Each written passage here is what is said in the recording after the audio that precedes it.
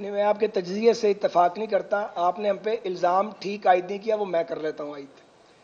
ہم بے جا مداخلت نہیں کرتے، ہمیں جتنی توجہ دینی چاہیے ہم اتنی توجہ نہیں دیتے. جہاں عام آدمی کی زندگی آسان نہیں ہے اس کی آسانی کے لیے جو بن پڑا وہ کریں گے. یہاں بھی میثاق جمہوریت کی بات ہوئی تھی، ہم اس سے اتفاق کرتے ہیں کہ میثاق جمہوریت کو دو جماعتوں سے آگے بڑھ کے تمام پارٹیز تک جانا چاہیے اور ایک میثاق معیشت بھی ہونا چاہیے. ہم نے یہاں پہ جو پیپلز پارٹی کی پروونشل گورنمنٹ تھی اس کو پورا سپورٹ کیا. سی پیک کے ٹرپس پہ بھی ہم اکٹھے جایا کرتے تھے. سی ایم سندھ ہمارے ساتھ جاتے تھے، شاہ جی ہم اکٹھے جا کے وہاں بات کرتے تھے. اور یہاں پہ ہم نے جو آپ کو یہ ایک ٹرانسپورٹ سسٹم کا گفٹ بھی نواز شریف صاحب نے دیا تھا. دیکھیں جی، ایسی بات ہمارے سامنے ابھی آئی نہیں ہے. یہ بات چونکہ سامنے نہیں آئی، ہماری ان سے ایم کیو ایم سے کوئی پہلی ملاقات نہیں ہوئی. میں نے لاہور میں بھی عرض کی تھی جب مجھے پارٹی نے کہا تھا کہ ایم کیو ایم کے ساتھ کھڑے ہو کے آپ اناؤنس کریں. ایاز بھائی، میں اور رانا ثناء اللہ صاحب ہم تینوں ان ساری ٹاکس میں شامل تھے جب گورنمنٹ کی پچھلی فارمیشن ہو رہی تھی. تو سچی بات یہ ہے کہ ایم کیو ایم کے ساتھ تبھی ہم نے یہ طے کر لیا تھا کہ اگلے الیکشن میں ہم مل کے لڑیں گے. تو یہ بات ایم کیو ایم سے طے تھی اور جمعیت العلماء اسلام کے ساتھ طے تھی. باقیوں کسی کے ساتھ طے نہیں تھی. وہ ایک حکومت کی حد تک ضرور اکٹھے ہوئے تھے نو کانفیڈنس میں. ان دو جماعتوں کے ساتھ مفاہمت اور انڈرسٹینڈنگ تبھی موجود تھی. نہیں، میں آپ کے تجزیے سے اتفاق نہیں کرتا. آپ نے ہم پہ الزام ٹھیک عائد نہیں کیا، وہ میں کر لیتا ہوں عائد. ہم بے جا مداخلت نہیں کرتے، ہمیں جتنی توجہ دینی چاہیے ہم اتنی توجہ نہیں دیتے. سو بات الٹی ہے. اس بار پورا فوکس ہے سندھ کے اوپر. میں اب آپ نے پہلے کیا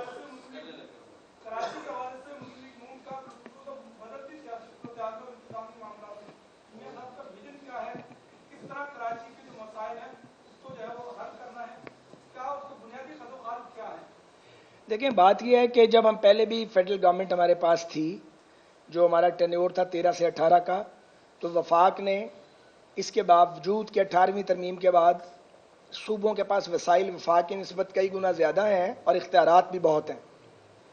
ہم نے یہاں پہ جو پیپلز پارٹی کی پروونشل گورنمنٹ تھی اس کو پورا سپورٹ کیا. سی پیک کے ٹرپس پہ بھی ہم اکٹھے جایا کرتے تھے. سی ایم سندھ ہمارے ساتھ جاتے تھے، شاہ جی ہم اکٹھے جا کے وہاں بات کرتے تھے. اور یہاں پہ ہم نے جو آپ کو یہ ایک ٹرانسپورٹ سسٹم کا گفٹ بھی نواز شریف صاحب نے دیا تھا. K4 کے پروجیکٹ پہ بھی ہم نے کنٹریبیوٹ یہاں پہ کیا تھا.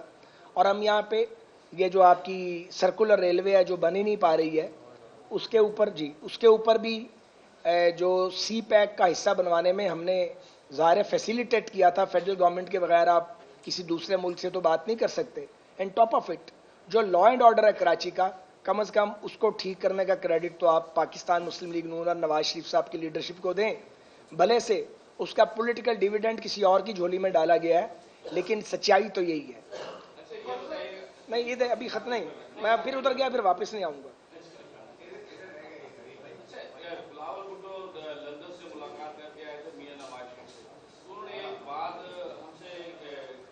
میرا بالکل شارٹ سٹیٹمنٹ یہ ہے کہ ہم ہر اس دوست کے اور سیاسی حریف کے شکر گزار ہیں جسے یہ یقین ہو گیا ہے کہ اگلے وزیر اعظم میاں محمد نواز شریف ہوں گے. اس پہ میں ان کا شکریہ ادا کرتا ہوں.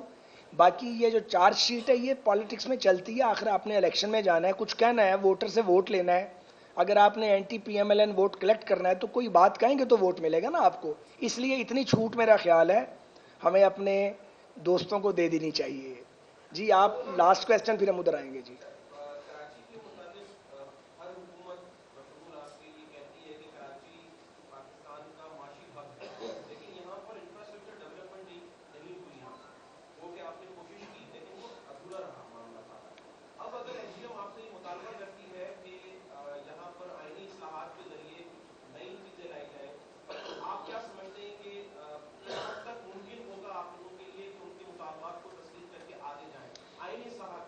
دیکھیں، بات یہ ہے کہ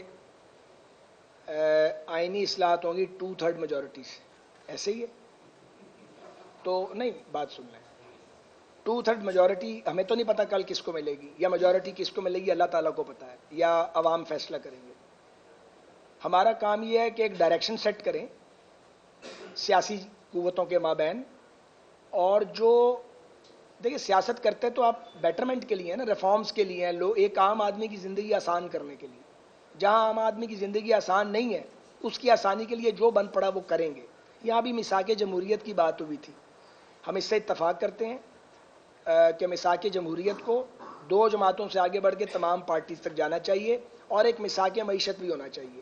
اس لیے ہم بار بار کہہ رہے ہیں کہ اس بار جو الیکشن کیمپین میں ہم جا رہے ہیں، کچھ لوگ گولہ باری کرتے رہیں گے، کچھ لوگوں کو عادت بھی ہوتی ہے، کچھ کو عادت ہوتی ہے، رہ نہیں سکتے، اور ہر جماعت میں پائے جاتے ہیں.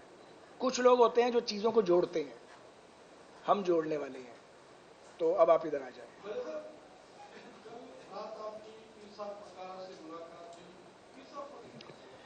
دیکھیں جی، جہاں تک تو نام کی بات ہے تو ابھی یہ سٹیج آئی نہیں ہے، کیونکہ ہماری بات چیت شروع ہوئی ہے جیسا کہ ہم آپ کو صراحت سے بتا چکے ہیں. نام کی ضرورت پڑی تو نام بھی رکھیں گے. دونوں آپشن ہیں، نام بھی رکھا جا سکتا ہے، سیٹ ایڈجسٹمنٹ بھی ہو سکتی ہے. تو لگتا یہ ہے مجھے اور یاز بھائی کو، ہماری ٹیم کو، کہ سیٹ ایڈجسٹمنٹ ہوگی. ذرا مجھے اجازت دیں. سیٹ ایڈجسٹمنٹ ہوگی کیونکہ اپنے اپنے انتخابی نشان پہ لوگ جو ہیں وہ پریفر کرتے ہیں انتخاب لڑنا. اگر آپ کا ایجنڈا ایک ہے، نیشنل ایجنڈا، اگر آپ کا ریفارمز کا ایجنڈا ایک ہے، کانسٹیٹیوشنل امینڈمنٹس ہیں یا لیگل ریفارمز ہیں یا ایک نیا جوڈیشل سسٹم ہے یا ڈیولوشن آف پاور کا پلان ہے یا مؤثر لوکل باڈیز کا نظام لانے والی بات ہے، تو ان پہ ایک کنسنسس، ایک جماعت تو موجود ہے پالیٹیشنز کا. اب اسے اکٹھا کر کے مربوط شکل میں ایک چارٹر بنانے کی ضرورت ہے. اس پہ ہم بہت سیریسلی کام کریں گے. دوسرا کیا؟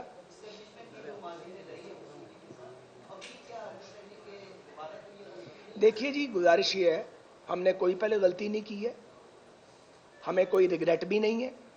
اگر پرویز مشرف کے مارشل لاء کو ہم نے اپوز کیا تو وہ ٹھیک کیا، اگر کسی مارشل لاء سے ہاتھ ملایا تو وہ غلط کیا. کسی پولیٹیکل پارٹی کو مارشل لاء سے ہاتھ نہیں ملانا چاہیے اور مارشل لاء کے سامنے کھڑے ہو کے مزاحمت کرنی چاہیے. یہ ممکن نہیں ہے کہ ہم اپنے نظریے اور سوچ کو بدلیں، لیکن موجودہ حالات میں اگر ایک ایسی سچویشن پیدا ہو گئی ہے کہ جھگڑا نہیں ہے، ایک اپنے اپنے دائرے میں کام کرنے کا جذبہ اور عزم موجود ہے، تو یہ بڑی اچھی بات ہے. دیکھیے، اس وقت جو پاکستان کی جوڈیشری کے سربراہ ہیں، وہ کوئی ان کو پسند کرے یا نہ کرے، لیکن ان کے بارے میں ڈنکے کی چوٹ پہ سب کہتے ہیں کہ وہ ایک بالکل سیدھی بات کرنے والے آدمی ہیں اور وہ جھکتے نہیں ہیں اور آئین کو پروٹیکٹ کرنے والے آدمی ہیں. ان کی موجودگی میں سپریم کورٹ کا کریکٹر اور ان کی سوچ کے ججز کی موجودگی میں سالوں بعد بدل رہا ہے. اور جب ان کے سامنے مقدمات جائیں گے تو ہمیں اچھے سے پتہ ہے کہ کسی کی بھی حکومت ہوگی وہ قانون اور آئین کے مطابق اللہ نے چاہا تو فیصلے کریں گے، وہ سب کو قبول کرنے ہوں گے. افواج پاکستان کے سربراہ، میں نے کبھی کسی فوجی سربراہ کا نام لے کے تو اس کی تعریف نہیں کی ہے، میرا یہ کام نہیں ہے بطور سیاستدان کے، لیکن سچ بولنا چاہیے.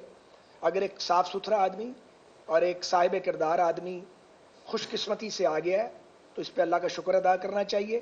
وہ اپنا کام کریں گے، ہم اپنا کام کریں گے. ملک چلانا، ایک سیکنڈ، ملک چلانا سیاستدانوں کا کام ہے، ملک چلانا منتخب پارلیمنٹ کا کام ہے. یہ جتنی ہم رابطے کر رہے ہیں، بھاگ دوڑ کر رہے ہیں، جن کے ساتھ الیکشن لڑ رہا ہے ان سے بھی بات کر رہے ہیں، جن کے خلاف الیکشن لڑنا پڑ گیا ان سے بھی بات کر رہے ہیں. اس کا مقصد یہی ہے کہ ایک مضبوط پارلیمان، صرف مضبوط حکومت نہیں، مضبوط پارلیمان وجود میں آئے جو ریاستی اداروں کو ساتھ لے کے آئین کے پرویو کے اندر رہتے ہوئے ملک کو آگے چلائے. کیونکہ ملک اب ریاستی اداروں کی آپسی کی لڑائی کا متحمل نہیں ہو سکتا، وہ پارلیمان ہو، وہ عدلیہ ہو یا اسٹیبلشمنٹ ہو. ہمارے کیمپ میں اس پہ پوری کلیئرٹی ہے. سو ہم کوشش پوری کریں گے کہ اگلے سال سموتھنس کے سال ہوں اور مل کے آئین اور قانون کے مطابق ملک کو آگے چلایا جائے.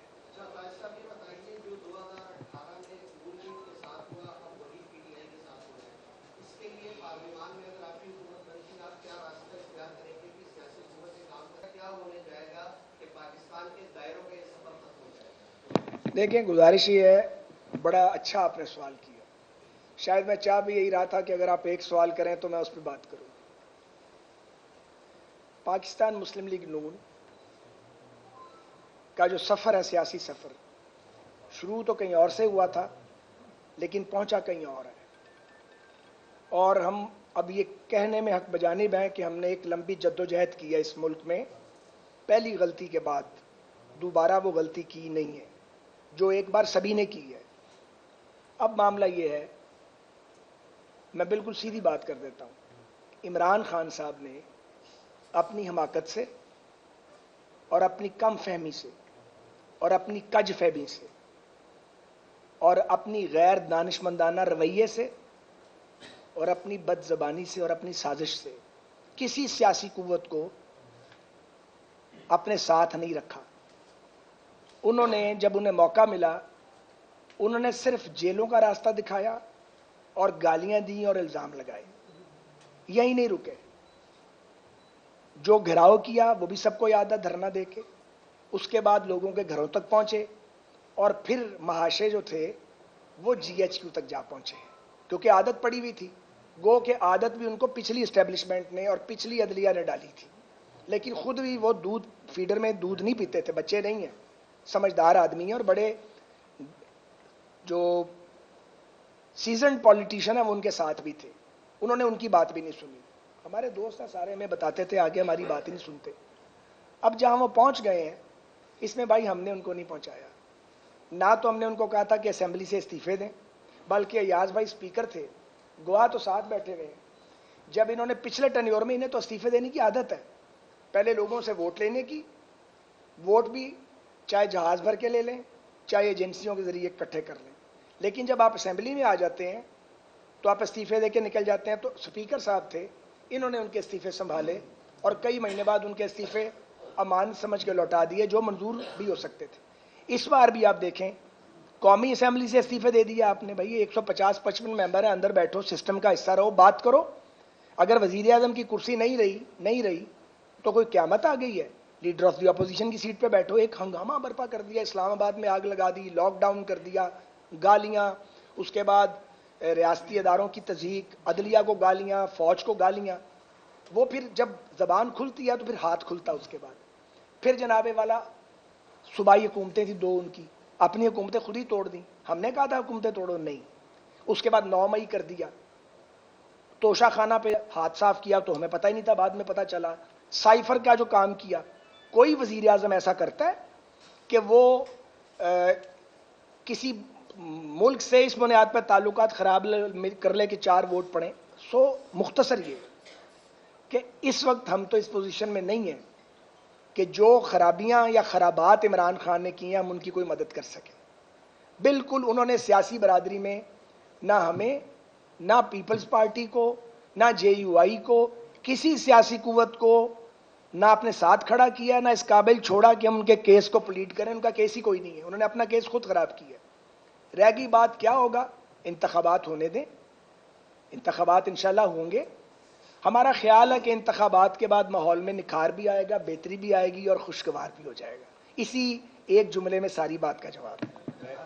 میں اس میں ایڈ کرنا چاہوں گا، 2013 سے لے کے اگست 8 یا 9 تاریخ تک اس سال کے بے شمار دفعہ کوشش کی، میں نے بھی کوشش کی، ہماری جماعت کی طرف سے ہدایت تھی کہ ان کی جماعت اور باقی پارٹیز آپس میں بیٹھ کے جو حل کرنا ہے مسئلہ وہ پارلیمنٹ میں کریں، کمیٹیز بنا کے.